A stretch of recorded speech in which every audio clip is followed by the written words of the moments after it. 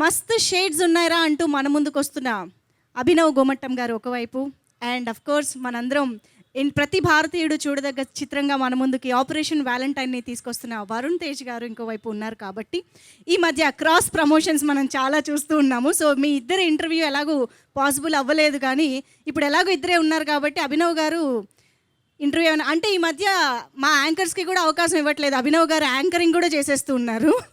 Hero, comedian, actor, anchor అన్నీ ఆయన అయిపోతున్నారు.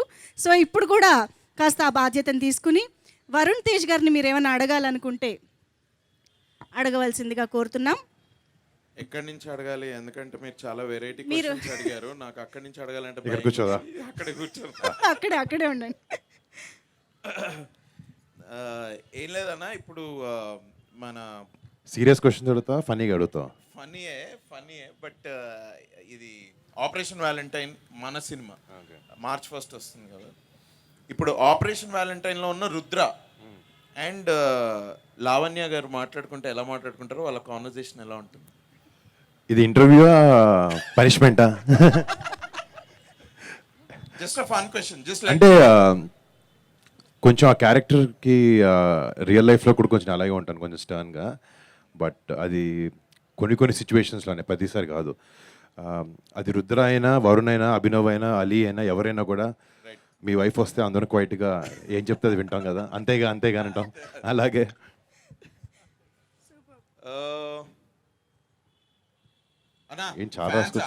అన్న ఫ్యాన్స్ లవ్ స్టోరీ ఎక్స్పెక్ట్ చేస్తున్నారట. మనం మొన్ననే మాట్లాడుకుంటా ఉండే. So fans love story expect చేస్తున్నారంట. ఎవరితో చేయాలని ఉంది ఇప్పుడు ఒక లవ్ స్టోరీ? నెక్స్ట్ నేను లవ్ స్టోరీ ఏ హీరోయిన్తో చేస్తానో తెలియదు, కానీ దాంట్లో అభినవ్ మాత్రం 100% ఉంటాడు.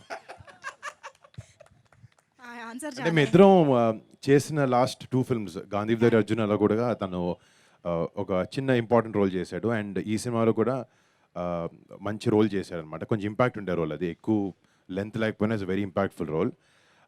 కానీ ఎక్కడో మా ఇద్దరి మధ్యన కామెడీ మేము బాగా చేయగలుగుతాం, ఎంటర్టైన్మెంట్ చేయగలుగుతాం అని మాకు అనిపిస్తుంది. సెట్లో వెనకాల బాగా అట్లా మాట్లాడుకుంటూ ఉంటాం. బట్ సినిమాలో కుదరలేదు. సో ఇందాక చెప్పినట్టు అది లవ్ స్టోరీ అయినా ఏదైనా నువ్వైతే 100% ఉంటావు. హీరోయిన్ గురించి నాకు తెలియదు. వైబ్ లో మీ ఇద్దరి కామెడీ వర్కౌట్ అయితే యా సార్ F4 ఎవరు అడుగుతున్నారో చూడండి సార్. అంతేగా కదా సార్ మీ dialogue. Fun and frustration audience.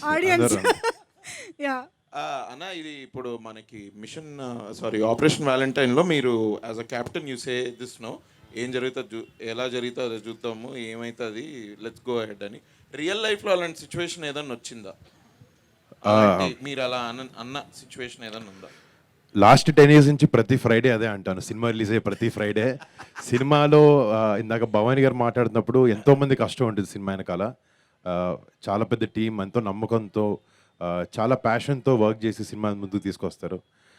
Friday వరకు మన 100% మన ఎఫర్ట్స్ పెట్టామా లేదా అనేది మనకు తెలుసు. అది మాత్రం మనం 100% పెట్టాలి. అప్పుడు ఫ్రైడే రిలీజ్ అవుతుంది. సో థర్స్డే నైట్ ఏం జరిగితే అది చూసుకుందాం అని ఆ లెక్కతో ముందుకెళ్ళాలి. నైస్ అన్న, మీరు వర్క్ చేసిన actors on screen and of స్క్రీన్లో మా టైటిల్కి యాప్ట్ అయ్యేలా ఎవరు అనిపించారు? నేను యాక్ట్ చేసిన ఆర్టిస్టులతోనా? మస్తు షేడ్లు ఎవరిలో ఉన్నాయనా? ఆఫ్ స్క్రీన్ అయినా ఉండొచ్చు, ఆన్ స్క్రీన్ అయినా. సో ఆన్ స్క్రీన్ అంటే ఇట్స్ లైక్ ఆనెస్ట్ గా అన్ని వేరియేషన్స్ చూసిన యాక్టర్ అలా. నేను వర్క్ చేసిన మీరు వర్క్ చేసిన యాక్టర్స్ లో అలా నేను వర్క్ చేసిన ఆర్టిస్ట్లో అంటే డెఫినెట్లీ వెంకటేష్ గారు. చాలా షేడ్స్ ఉన్నాయి ఆయనలో. ఆయన మొన్న 75th ఫిల్మ్ ఫినిష్ చేశారు. ఒక గ్రేట్ వర్సటైల్ యాక్టర్ ఆయనలో చాలా షేడ్స్ ఉన్నాయి. అండ్ బయట ఆయనలో అన్ని షేడ్స్ ఉండవు, కానీ ఒక మంచి షేడ్ ఉంది ఆయనలో. చాలా మంచి వ్యక్తి ఆయన. ఆఫ్ స్క్రీన్ కూడా very helpful and very well mannered and discipline person ఆయన. కానీ ఆఫ్ స్క్రీన్ లో we want that real meaning అన్నమాట. మస్తు షేడ్స్ ఉన్నాయి రనీలో అని, అలాంటి ఒక off screen off screen friend అవ్వచ్చు, కొలీగ్ అవ్వచ్చు, కోస్టార్ ఎవరైనా కానీ అనే ఫన్ నోట్. అదే ఆలోచిస్తున్నా. ఆ క్వశ్చన్ ఆన్సర్ చెప్తాను కొంచెం ఆలోచించి.